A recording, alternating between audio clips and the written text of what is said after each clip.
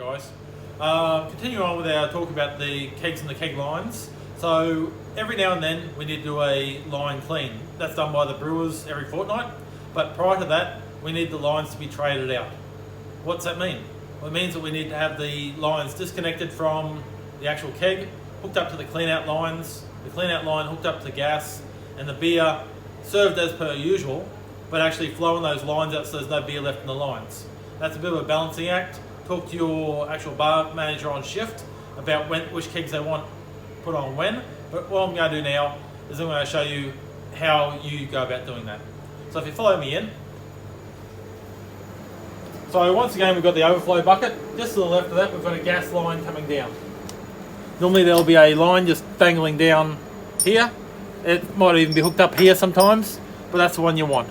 So all you do to hook that up is just push it on like so, twist to engage, and now you've got CO2 flowing into that line. Then what we do is we come up to the kegs that we want to change out, we disconnect it, hook it up to a free port, once again like so. Then what we want to do is, because we're not trying to stop the keg from running out of beer now, or the line from filling up full of air, so we want to push that line out. So the button on the side here that we just discussed a minute ago, that we want to have in this position here to block off that line, we're pushing it to the back, that way it leaves that line open and lets CO2 push all that beer out. Okay, that's what we want.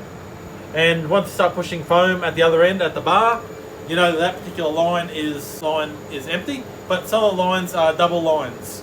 So if you're pouring in the middle of pouring a beer for a customer, halfway through that glass it suddenly starts spitting foam, you can stop that tap, walk over to the other tap and start pouring again, and you'll still have beer in that line. Okay, so that's one of the important things to remember. However, some of the beers sometimes are being poured off tanks. So what we do there, so once again up here, we've got bright tank 1 through to 5, and when you're trying to remember which number the tanks are, the big one closer to the bar is tank number 1, and the small one closer to the cold room is tank number 5, and it's numbered left to right as you're looking at the tanks. Okay? So what you're doing there, if you're flushing out those lines, you would come up to, so tank 2 here for example, and you can see which ones are hooked up to the tank, because you've got the line here that would normally go into the kegs, that's just hanging down, and you've got this other one here like that, which is hooked up to the tanks.